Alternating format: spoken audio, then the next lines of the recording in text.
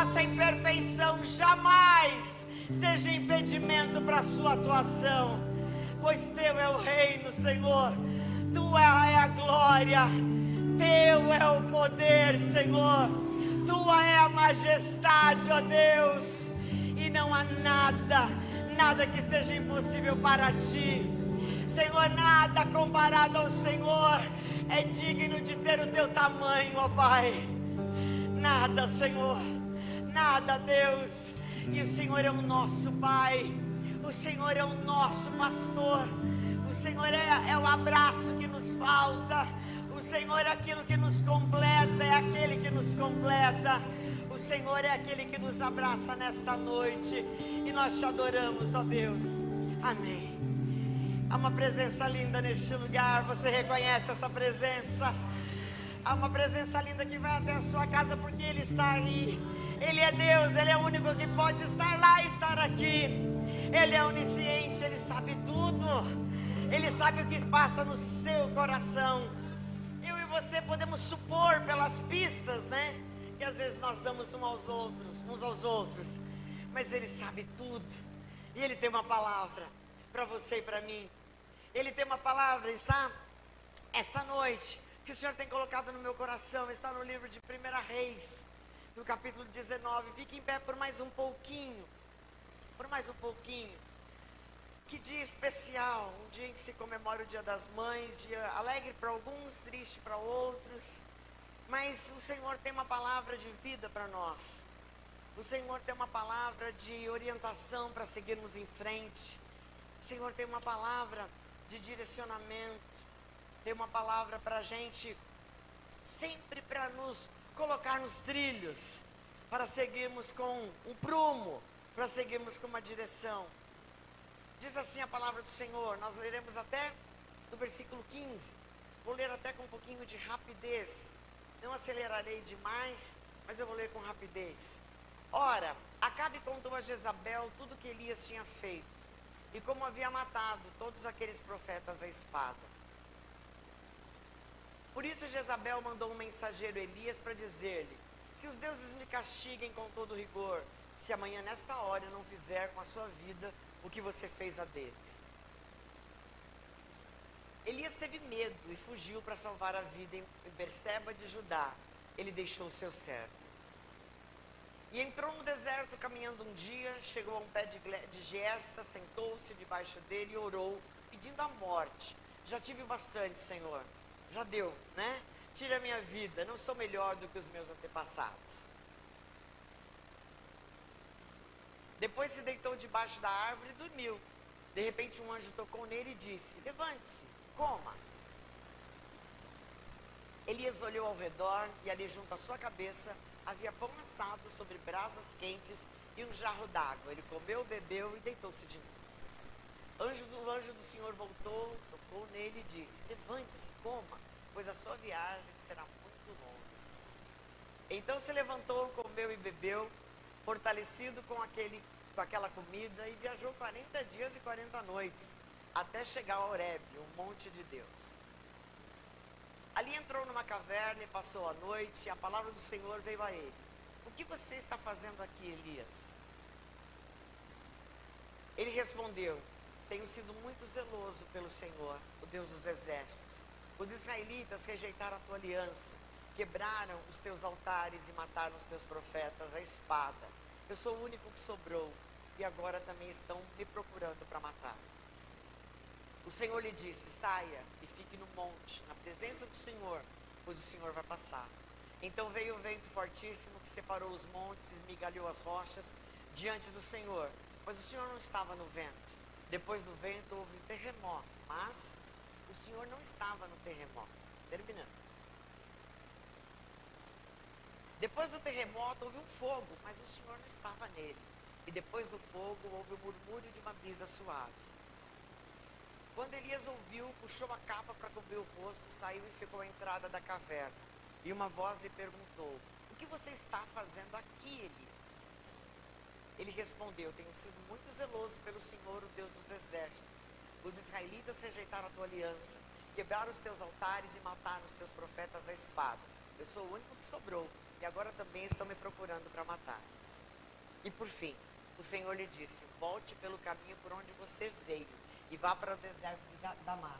Chegando lá, unja Azael como rei da Síria. Sente-se, crendo que o Espírito Santo tem compromisso com a palavra e ele falará ao seu coração. Eu só quero te pedir o seguinte, que você abra o seu coração, porque Deus não força ninguém a nada. A Bíblia diz que ele fala: eis que estou à porta e bato. Ele bate. E ele, para quem abrir, ele entra e ceia. Ele vai lá e está dentro do coração, da casa. E eu quero perguntar para você: você deseja que Deus fale com você? Quem deseja que Deus fale? Eu quero. E Deus, quando fala, ele tem sempre palavras surpreendentes para nós. E essa passagem da vida de Elias é uma passagem muito tocante, muito especial. É uma passagem que chacoalha a gente. Nós vamos ver essa história. E o tema que Deus me deu para essa passagem não é nenhuma frase minha. É uma frase que foi dita por um britânico, um primeiro-ministro, um escritor chamado Benjamin Disraeli. A frase que ele disse, ela já foi mencionada por vários escritores atuais, inclusive Mário Cortella, que alguns pensam que até essa frase é dele. A vida é curta demais para ser pequena. Olha que frase bacana. A vida é curta demais para ser pequena. E eu achei que ela se encaixava todinha nessa mensagem. Porque tem muito a ver com a vida do profeta Elias. A vida é curta demais, eu acho que todo mundo concorda, né? Ela é curta, ela passa. Para alguns ela já passou, algumas pessoas nem estão mais aqui entre nós. Ela passa. O salmista diz, e eu gosto muito sempre de pensar nesse versículo, quando o salmista ora pedindo: Senhor, ensina-nos a contar os nossos dias, para que alcancemos corações sábios. E ele não estava falando do Excel, da HP, ele não estava falando de uma calculadora para fazer conta, ele estava dizendo assim: olha, ensina-me a ter a vida como algo que faça sentido para mim, porque ela passa, me ajuda. E a vida, ela tem gastos e ela tem desgastes e também momentos de investimentos. Hoje é um dia tão gostoso, tão especial, e como eu disse no início, ele é um dia de alegria e de tristeza para algumas pessoas, né? Quem tem filhos que não honram as mães, né, certamente é um dia de tristeza. Quem é alguém que espera uma maternidade que não veio, também é um dia de tristezas. Mas também é um dia de alegrias, um dia de reflexão, um dia em que a gente pensa, né? Se há algumas mulheres que não são mães, todas são filhas de alguém, filhas de mulheres que as abençoaram com a maternidade, mas às vezes de algumas mulheres que também não a abençoaram com a maternidade porque foram mães más, mães que não conseguiram dar uma boa presença às suas filhas ou aos seus filhos. E aos homens também, que são filhos, né? Embora nunca serão mães, mas ou já são pais, ou mesmo não sendo pais, todos somos filhos.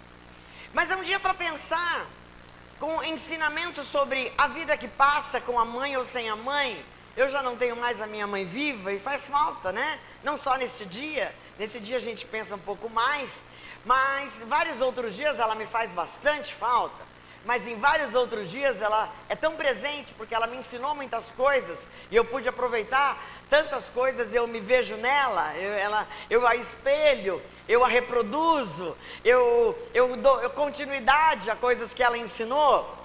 A minha mãe não tinha estudos, a minha mãe não tinha diplomas, mas ela tinha uma visão além do seu tempo. A minha mãe, ela tinha uma visão que lançava a gente na máquina do tempo. Ela sempre lançava a gente para o futuro.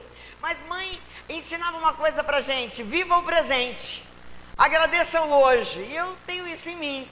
Eu aprendi isso com minha mãe era nordestina, né, pernambucana. E eu aprendi isso com a minha mãe. Eu vivo hoje, eu curto hoje, mas eu curto hoje plantando, porque eu também quero colher amanhã. E a vida é curta demais para ser pequena. E eu quero pensar com você, através da vida do profeta Elias, e aqui a gente vai falar de caverna, a gente vai falar de antes de caverna, da caverna e depois da caverna. E quando a gente separa por tópicos, né, a gente vai falar de um profeta muito conhecido, um profeta que fez grandes coisas. E aí eu quero pegar essa frase de um dos primeiros ministros britânicos, que é um jeito de não fazer a vida pequena, de deixar grandes feitos, deixar grandes marcas, deixar grandes obras, deixar grandes ensinamentos. E Elias foi alguém assim, que ele fez coisas grandiosas, eu vou citar algumas delas. Elias foi arrebatado, Elias foi fiel a Deus. Elias, ele se posicionou quando um monte de gente falou o seguinte: eu vou me curvar. Ele falou: não, nós não nos curvamos a outros deuses, nós aqui só nos curvamos diante de Deus. E ele se uniu aos profetas que não se curvaram e ficaram firmes, e ainda ele foi usado para eliminar esses outros profetas. Então esse profeta aqui, ele foi alguém importante desse significado, que é também viver a vida, é deixar grandes feitos. Ele defendia o culto ao Deus de Israel. Em 1 Reis 17, ele aparece anunciando a Acabe um período de seca, ao rei Acabe. Depois ele vai para fora de Israel, se esconde no vale e é alimentado por corvos. Como assim, gente? Corvos descem para alimentá-lo. Aliás, né, essa questão de nutrição, Deus e ele tem uma pegada diferente, porque tem essa dos corvos, e depois dessa passagem que a gente leu, o anjo vem e alimenta Elias. Então tem algumas coisas bem diferentes da intimidade dele com Deus. E depois ele tem um outro feito muito grande. Ele é hóspede da viúva de Sarepta. Então ele é um profeta que depois eu quero te convidar a ler nas suas devocionais sobre a vida do profeta Elias. Ele tem muitas partes em que a sua vida justificou-se por muitas vezes por grandes feitos.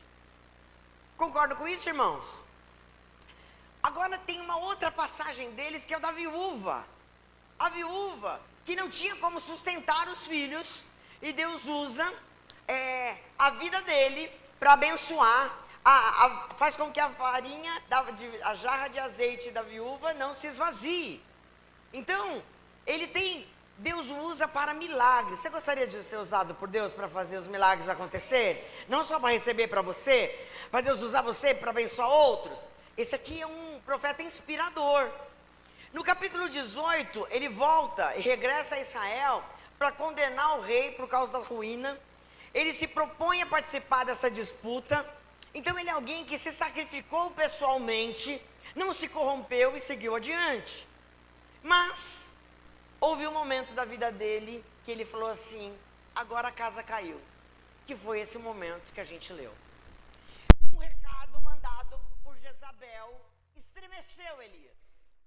Um recado mandado pela rainha Jezabel, esposa do rei Acabe, falou o seguinte: olha, ele mandou matar todo mundo, agora fala para ele que eu já matei um monte, o próximo é ele. E diz a Bíblia que ele fugiu, saiu, foi embora. Ele estava tão cansado que ele parou, fugiu sem olhar para trás, como quem foge, né? Se olha assim de rabo de olho e vai, está cansado e cai no sono. Aí Deus fala, manda o anjo: Elias, acorda e come. Acorda e come. Aí ele come e dorme de novo. Aí quando ele dorme, né? Comeu, dormiu. Imagina, você está cansado, come e dorme. Deus manda de novo outro anjo e fala: come mais. Só que come mais, porque essa comida vai ter que ficar armazenada, tipo um urso, né? Porque você vai ter pela frente aí uma caminhada de 40 dias. Olha que reservatório interessante. Você vai ter uma caminhada mais longa. Você vai andar mais. E ele seguiu na caminhada. Só que quando ele segue nessa caminhada, ele encontra por fim um lugar para se esconder. E a caverna não há duas passagens de entrada, só é uma. Ela é caverna, se entra e fica lá. E nessa passagem que nós lemos, já estava ele, bom, acho que aqui ninguém me acha, né? Aqui ninguém me acha, tô bem. Ufa, tô livre, né, Nubia? Tô livre, sabe? Tô livre. Ele fala: bom, agora eu tô sossegado. Quem que vai lá? O próprio Deus. O próprio Deus vai até onde está Elias e fala assim: Elias, o que você está fazendo aí? E ele não responde o que ele está fazendo aí, lá. Ele só fala: Senhor, eu fui zeloso. Senhor, eu fui honesto aos meus princípios, aos valores. Eu te representei lá. E agora até a mim estão querendo matar. E por 2 vezes a frase dele é igual, porque ele é alguém íntegro. Ele é alguém que tem um propósito de vida. Ele é alguém que sabe que a vida dele tem um sentido. Só que naquele momento, até para ele, o sentido dele já tinha terminado. Já deu, eu já fiz tudo o que tinha feito aos meus antepassados, que é isso que esse foi o que o capítulo retratou. Ele falou assim: olha, os meus antepassados, já deu, eu já fiz o que tinha que fazer, agora cansei. E não só minhas pernas de fugir. Deus vai até a caverna e diz para ele: Elias, sai daí, porque aí não é o teu lugar. E Elias vai até a porta da caverna e vê um terremoto, porque ele conhece o Deus da batalha. Ele experimentou de perto o Deus da guerra. Ele esteve em nome de Deus e foi vitorioso. Jamais ele confundiu papéis. Ele sabia que todas as vezes que ele se pôs frente a uma guerra, ele estava à frente, mas em nome de Deus. E por isso a vitória era garantida. Mas naquele momento, ele falou assim: será que é nesse terremoto que Deus está? Eu conheço esse furacão, esse movimento do Senhor. Eu conheço o fogo, eu também conheço. Mas Deus queria revelar-se que naquele momento da sua vida, que para ele já tinha dado no cronograma, ele precisava experimentar uma faceta de Deus que não tinha se esgotado. Uma faceta de Deus que não é porque você não viveu, não existe. Uma parte de Deus que não é porque você não passou pela experiência, ela jamais existiu. Ele quis mostrar um momento de paz, de calmaria, porque era este momento de paz, de calmaria, de tranquilidade que ele precisava para voltar ao eixo.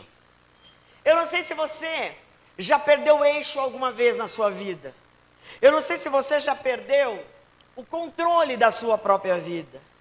Eu não sei se você já tentou pegar um controle remoto, no sentido de tomar decisões, mas as suas decisões não estavam mais em suas mãos.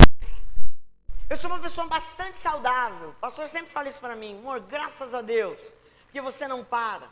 Mas houve um momento na minha vida que eu fiquei tão doente, que eu fiquei afastada do meu trabalho 2 anos e 11 meses. A minha carreira estava decolando. Eu prestava serviços direto para a presidência. Eu estava voando. Meus filhos pequenos, abençoados, estavam voando. Tudo parou. Eu não tinha o que fazer. Tudo acabou aos meus olhos. E naquela época eu fiquei tão doente, que eu não conseguia sequer sair de casa. Eu não conseguia sequer, respirava assim, ó. Eu perdi qualquer controle que sequer eu pensava ter. Eu perdi. E eu já não estava mais nem preocupada com a minha carreira, eu estava preocupada com a minha vida, porque quando você perde o controle, muda-se as prioridades. Está claro que Deus está falando com você? Quando você perde o controle de uma situação, você vai entender que não é nem aquela situação, é a sua vida que muda de rumo. Deus está te mostrando um panorama muito maior. Aquela situação é uma situação. O que Deus quer que você entenda é que Ele está no controle da sua vida inteira. E aquele item é um item da sua situação. E foi neste mês de maio que se completou 20 anos que eu voltei a trabalhar depois de 2 anos e 11 meses. E eu voltei a trabalhar numa condição totalmente diferente. Porque quando eu voltei a trabalhar com um filho nos braços. Porque naquele período inteiro eu ainda fiquei grávida sem saber. Mesmo tomando remédios, mesmo menstruando todos os meses, eu estava grávida sem saber. E tomando remédio, indo ao psiquiatra, porque tive síndrome do pânico também. E se você tiver que tomar um remédio, tome até você ter alta. Faça a sua parte. Deus usa médicos. Deus, não se coloque no lugar de Deus. Seja prudente, faça a sua parte. Crê nisso, irmãos. Tá? Crê nisso, faça a sua parte. Irmãos, sabe o que é você fazer um ultrassom? Porque você está grávida e não sabe que estado está este bebê. Se você tomando remédios que você não poderia tomar no primeiro mês da gravidez, e o ultrassom médico falar o seguinte: você está grávida de 3 meses, e aí você fala, e agora? E agora? Mas aí você hoje vai saber quem é esse bebê. Esse bebê é a Sara que Deus nos deu. E ela está abençoada, livre de qualquer coisa. Porque quando Deus guarda alguém, Deus guarda para o louvor da sua glória. Ela não estava sob o meu controle, mas ela estava guardada pelo Senhor. Do que você teme, você precisa entregar nas mãos do Senhor. Elias tinha feito coisas que ele falou, agora vai, eu não vou me curvar. Só que aquele recado mexeu com as estruturas de Elias. E ele foi para onde dava para ir. Ele foi para onde dava, para onde a sua humanidade o levava. Mas aonde a sua humanidade e a minha te leva, o nosso Deus vai até você e te pergunta: o que você está fazendo aqui? O que você está fazendo aí? Deus não Deus vai até onde você está, porque Ele te dá a mão para você sair de lá. Ele te tira, Ele te dá o suporte, Ele te tira da alma de dentro para fora e te dá a força e as condições. Elias viveu momentos intensos, momentos de estresse, momentos de medo de morrer, momentos de indignação. Esse isolamento de Elias colocava um fim na vida dele. Mas Deus, quando ele falou para ele, sai, ele já deu serviço para ele. Quando ele falou assim, ó, vai e já faz a minha obra, porque foi exatamente isso que ele disse, ali no versículo 15. Queridos, nós precisamos nos fortalecer para fazermos aquilo que Deus quer que a gente faça. Eu não sei se você tem passado por algumas cavernas na sua vida. Eu não sei se alguns recados que falados ou vividos têm te colocado em lugares de fuga, em lugares onde você só está vivendo, só está trabalhando, só está estudando, só está continuando a sua vida. Hoje, quando o pastor Ricardo falou assim, hoje é uma noite de milagres, eu concordei, eu creio que Deus está fazendo milagres em vidas neste lugar. Você crê nisso, que Deus está fazendo milagres na sua vida? Porque Deus não nos trouxe aqui, está fazendo na sua casa, está fazendo onde a palavra dele atinge um coração que está atento e aberto para ouvir a sua voz. O isolamento, o medo, o deprimir-se, o abater-se é humano, mas o sustentar é de Deus. Nós não podemos limitar a Deus ao que nós vemos. Nós precisamos entender que Ele tem aquela brisa suave, se a brisa suave for o toque de Deus para fazer o milagre que nós precisamos. Jezabel mandou falar algo que o paralisou. Eu não sei o que pode estar paralisando você. Eu não sei se a falta de algum recurso seu, no seu intelecto, no seu bolso, no seu momento de vida. E há algo muito sério que Deus falou ao meu coração.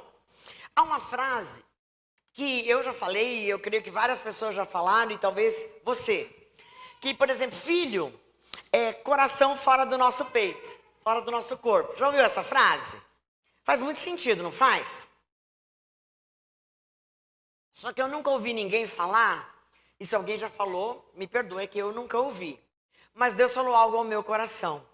Talvez nunca ninguém nos ensinou que filho não é cérebro fora do seu cérebro. Cada filho tem pensamento próprio, e Deus trabalha na sua individualidade. E quando nós vamos, dia a dia, trabalhando e nos lapidando para criar os nossos filhos, e nós precisamos fazer isso e temos autoridade de Deus para fazer isso. E às vezes eles não têm escolha, eles precisam e devem obedecer. Principalmente se nós o fazemos na palavra, gostando ou não gostando. mas há experiências que eles precisam ter com Deus. Filhos, diz a Bíblia, honre os seus pais, não deixe a doutrina da sua mãe. E eu não estou aqui julgando em causa própria, eu estou pregando a palavra. Eu não estou pregando aos meus filhos, eu estou pregando a palavra de Deus. E eu quero que você pense, o seu cérebro está te levando aonde? Porque a Bíblia diz que eu e você somos filhos de Deus, porque Deus tem feito nos chamado para sermos filhos dele. Aonde o seu cérebro leva você? Aonde a sua fé te leva? Porque o cérebro de Elias o levava para seguir adiante, mas o coração de Elias o levou para a caverna. O coração de Elias o estremeceu. A minha síndrome do pânico também me paralisou, porque tanto o meu coração, como a minha mente, como o meu corpo adoeceu. Eu não sei que estado você está hoje, que estado está ameaçado. E talvez você esteja fazendo aquelas perguntas, o que a minha vida tem feito de sentido até hoje. Eu quero muito te convidar a pensar que aquilo que foi feito até hoje precisa ser deixado para trás e repensado daqui para frente. Se você ficar preso ao passado, jamais você viverá o presente e o futuro. É sim necessário nos arrependermos, é sim necessário confessarmos, mas nós precisamos viver e nos desprendermos daquilo que prende a nossa vida. Nós precisamos nos liberar e Deus envia anjos como enviou, né? O anjo mesmo lá para dar alimento. O Senhor manda alimento, que é a palavra dele, para te dar alimento para que você possa prosseguir. O alimento são orientações bíblicas, o alimento são aconselhamentos amparados com a palavra, como você deve prosseguir daqui por diante, como você deve prosseguir com uma vida no altar, em santidade. Ontem foi lindo demais, tivemos o primeiro encontro da nossa trilha de desenvolvimento. Quem estava aqui na trilha ontem, levanta a mão, olha para trás, queridos. Nós estamos aqui com uma trilha de desenvolvimento. Ficaremos com alguns irmãos durante 5 meses em etapas de maturidade cristã. Porque crentes firmados na palavra, pode vir o vento, a gente pode até envergar, mas nós estamos enraizados em Deus. E é por isso que você tem sobrevivido, e é por isso que há vários cristãos aqui. Para animar os do trilho de desenvolvimento, quem aqui está firme na fé, na presença do Senhor, diga: é possível. É possível. Porque nas nossas cavernas, nós vamos para a palavra, nós nos alimentamos dela, e nós buscamos ao Senhor, e a sua voz está audível para nós. 40 dias, 40 noites, para que ele chegasse a Horebe, Deus se manifesta. E qual é o seu sinônimo para a caverna? A caverna, ela vem para a mente, ela trava a nossa mente, ou a nossa caverna pode ser um desenfrear para fazer um futuro segundo a nossa cabeça. Agora eu vou fazer tudo que eu não fiz, eu vou tomar todas as decisões que eu não tomei. Pera lá, nós indo ou não indo, pausando ou fazendo, precisamos depender do Senhor. Porque a dependência dele é sinal de saúde espiritual. Depender do Senhor para que ele nos movimente. Depender do Senhor para que ele nos oriente. Depender do Senhor para que ele mude as nossas histórias e nos alimente para nos fortalecer. Porque senão serão só arrancadas e temporadas sem consistência. Pessoas de êxito são pessoas de manutenção dos seus propósitos. O que você tem permanecido fiel. Irmãos, ao final das nossas histórias, nós seremos o que fizemos com maior frequência.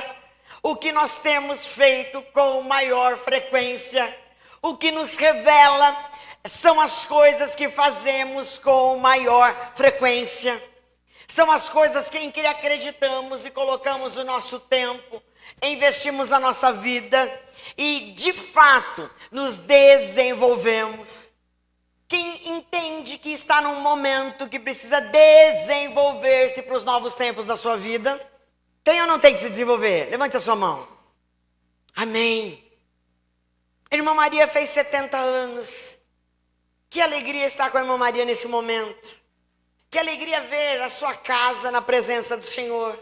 Mas a irmã Maria vai ter que aprender a viver nos seus 70 anos. Porque até aqui ela já sabe. Agora é um novo ciclo, né, irmã Maria? É um novo ciclo, é um novo momento. E eu citei a irmã Maria, mas é para todos nós.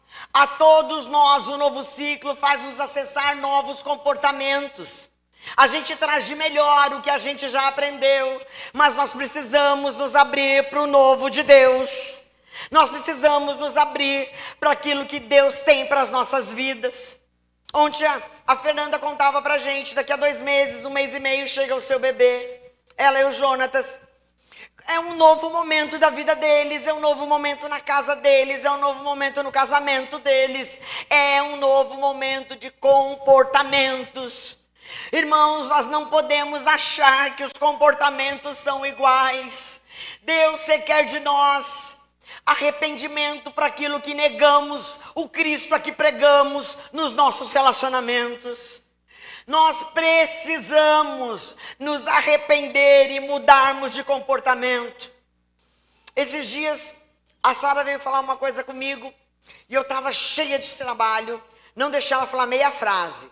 Ela pegou e falou assim, nossa, não consegui falar meia frase. Eu falei, depois a gente fala, estou entrando numa reunião, a gente fala. Era um cliente.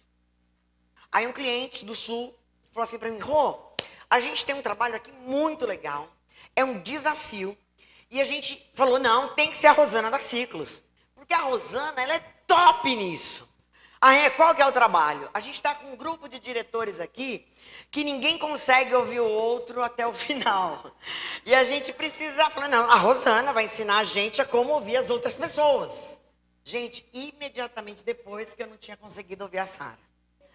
Aí eu, ai, que bacana. Não, é minha cara mesmo. É minha cara. Por mais que eu seja um especialista nisso, e eu sou mesmo. Mas naquele momento, eu não vi a hora de terminar a reunião e pedir perdão para a Sara, né? Eu já iria pedir mesmo antes da reunião, porque aquilo era uma exceção, não é uma regra. Tá? A gente erra. Eu quero te perguntar, como é que está o seu comportamento? Como é que está o seu comportamento? Porque o Espírito Santo muda comportamentos. E quando a gente erra, a gente precisa confessar e deixar para que Deus nos lapide. Nós precisamos ser uma referência no trabalho. Em ser gentil é muito importante. Mas para mim o mais importante é também ser uma referência em casa, que eu sou uma pessoa gentil e eu sou uma pessoa gentil. Eu tenho excessos de não ser gentil. Exceções de não ser gentil. E você? O que marca a presença de Deus na sua vida? Qual é a caverna que você precisa sair? Qual é a caverna que Deus quer mostrar algo novo? Porque na caverna tudo é escuro. E não é na sua própria força. Porque até aquele que faz, quando erra, tem como acessar o perdão de Deus. Tem como vir e mostrar. Nós não precisamos nos fingir de nada, porque Deus não aprova fingimento. Deus usa corações sinceros. E a Sara se sentiu, falou assim, as pedras estão clamando, né? É verdade. As pedras estão clamando. Queridos, Deus quer uma igreja forte, uma casa forte. Arrume-se, arruma a sua casa. Deixa Deus lapidar. Irmãos, eu estou sendo transformada nesses 40 dias de jejum. Deus está fazendo coisas lindas na minha vida. Como cristã desde os 13 anos, eu já fiz vários, mas esse está sendo muito especial. E eu não estou comparando que os outros não foram bons. É porque neste tempo Deus tem algo novo a transformar na minha vida. Deus quer fazer algo. E os anos vão passando, tem mais coisa para transformar. Deus tem um novo que precisa ser lapidado na minha vida. Será que você também tem algo novo para ser lapidado? Será que você, irmãos, eu tenho mais passado? Não, eu tenho mais passado do que futuro. Eu tenho 54 anos. Eu não sei se eu vou viver 108. E se eu já saboreio cada um dos meus anos, eu tenho que lapidar muito bem o meu presente. Há uma pesquisa que diz que os jovens têm dificuldade de imaginar o futuro. Mas a Bíblia diz para o jovem como observará o jovem o seu caminho, a sua jornada, observando conforme a sua palavra. É a palavra de Deus que te direciona, que te orienta, que te dará êxito, que te fará ser alguém em que olhe para trás e tenha realizações. Mas Elias tinha realizações. As realizações sozinhas não falam nada, porque a hora que o seu coração é provado, as realizações viram pó. A sua humanidade, ela é provada. Nós precisamos depender de Deus, porque de tempos em tempos as cavernas acontecem. Faz sentido isso na sua vida? Há momentos que também as cavernas são fechamentos de ciclos. São quando Deus quer que você e eu mudemos algumas chaves na nossa vida, onde direcionamentos são importantes, onde Deus quer de nós uma intimidade mais profunda. Andalamassi, cantalamassi. Onde Deus quer dizer assim: filho, filhota, chegou a hora de eu te mostrar algo que eu não te mostrei antes, porque não era a hora, mas agora chegou a hora. Agora chegou o momento de fazer se multiplicar algumas promessas que eu tenho na sua vida. Queridos, não adianta perguntar: Senhor, por que eu estou passando por isso? Não adianta. Você já deve ter ouvido vários outros pregadores dizerem isso. Mas para tudo há um propósito. Eclesiastes 3. Para tudo que acontece há um propósito de Deus. E se Ele quiser revelar, Ele vai te revelar. Mas dependa de Deus como se não houvesse amanhã. Não esconda os seus talentos, entregue-os na mão do Senhor e vivam numa novidade de vida que nada, nenhuma realização poderosa se compara a estar no centro da vontade de Deus. Agora, quem está no centro de uma vontade de Deus pode realizar grandes feitos, mas nós também podemos realizar grandes feitos e não nos sentirmos no centro da vontade de Deus. Quais são as cavernas que nós precisamos sair para fazer aquilo que Deus quer nas nossas vidas? E como conclusão, porque eu quero orar com você e por você, os frutos do Espírito Santo, que está em Gálatas 5:22. Põe para a gente, por gentileza. Os frutos do Espírito mostram para a gente algo que produz vida abundante. Irmão, irmã, a nossa vida tem que ser uma vida que gera frutos. Quais são os frutos que a nossa vida gera? E o fruto do Espírito, o fruto do Espírito. O fruto do Espírito tem um monte de coisa. Porque a presença do Espírito Santo em nós, dentro de nós, ela gera amor, alegria, paz, paciência, amabilidade, bondade e fidelidade. Eu não vou conseguir. Mas não é você. Nunca foi sobre você. Nunca foi a sua força. Sempre será o seu coração aberto, a sua vida prostrada e a presença do Espírito Santo atuando. A sua vida e a minha precisam estar disponíveis, dispostas, porque Deus não resiste a um coração inteiro. O amor é oxigênio, é analgésico, ele dá o sabor. Deus abomina a vingança. Se alguém lhe fez algo, não se preocupe, porque não lhe compete a vingança. A alegria, ela vem de uma raiz igual da palavra graça. Engraçado é aquele que carrega a graça dentro de si. A graça é a mãe da alegria. Agraciado é o que recebeu graça. Agradável o que carrega a graça. Agradecido o que expressa a graça. E gratificação nós entregamos às pessoas sem que ela espere.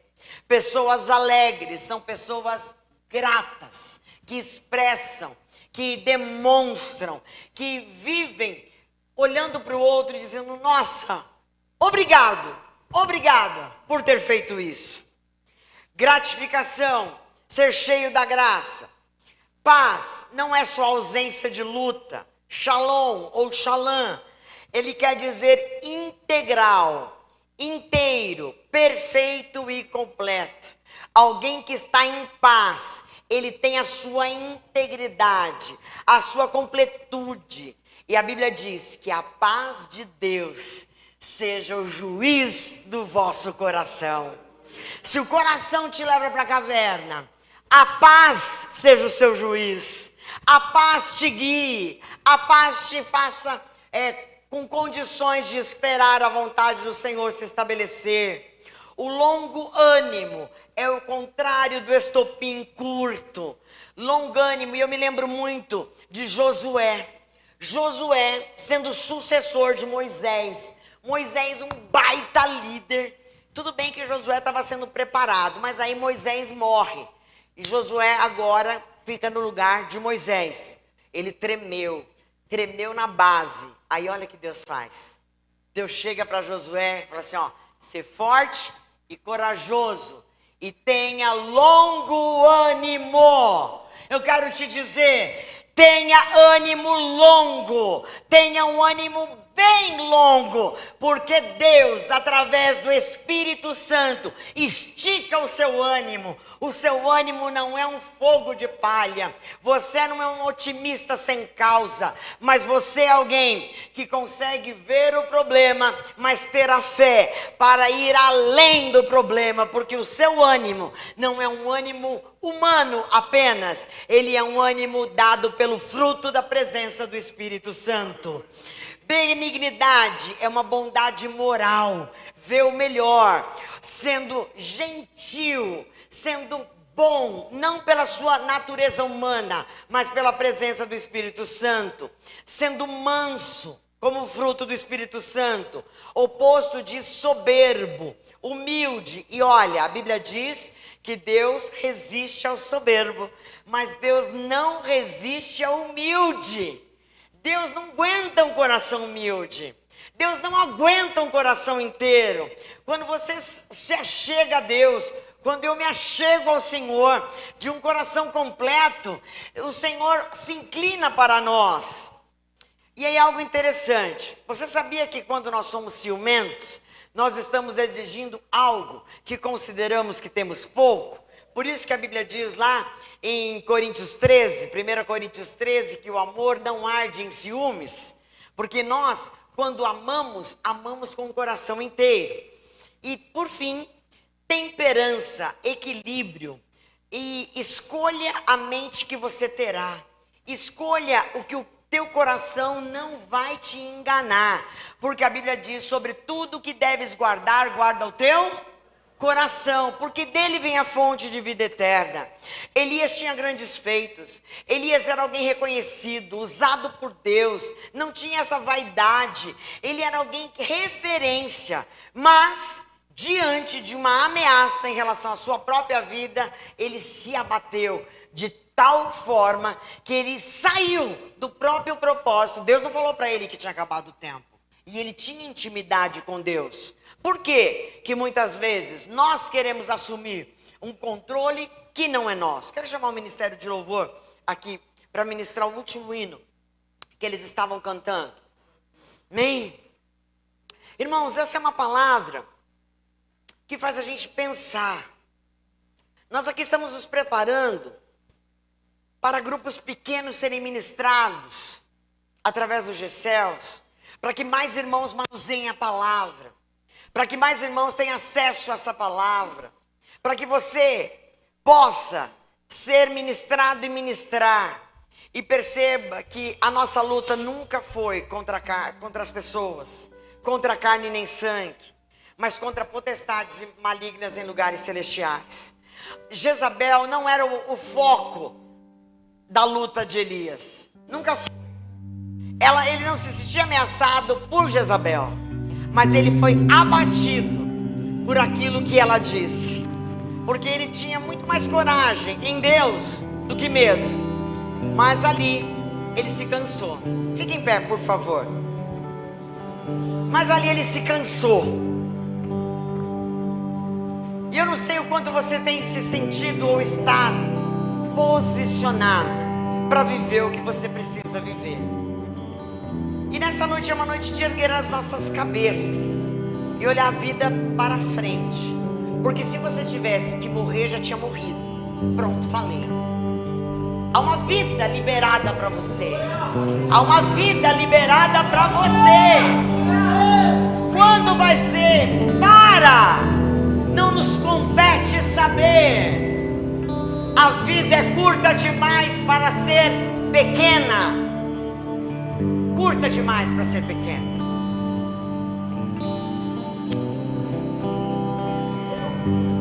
Você precisa viver.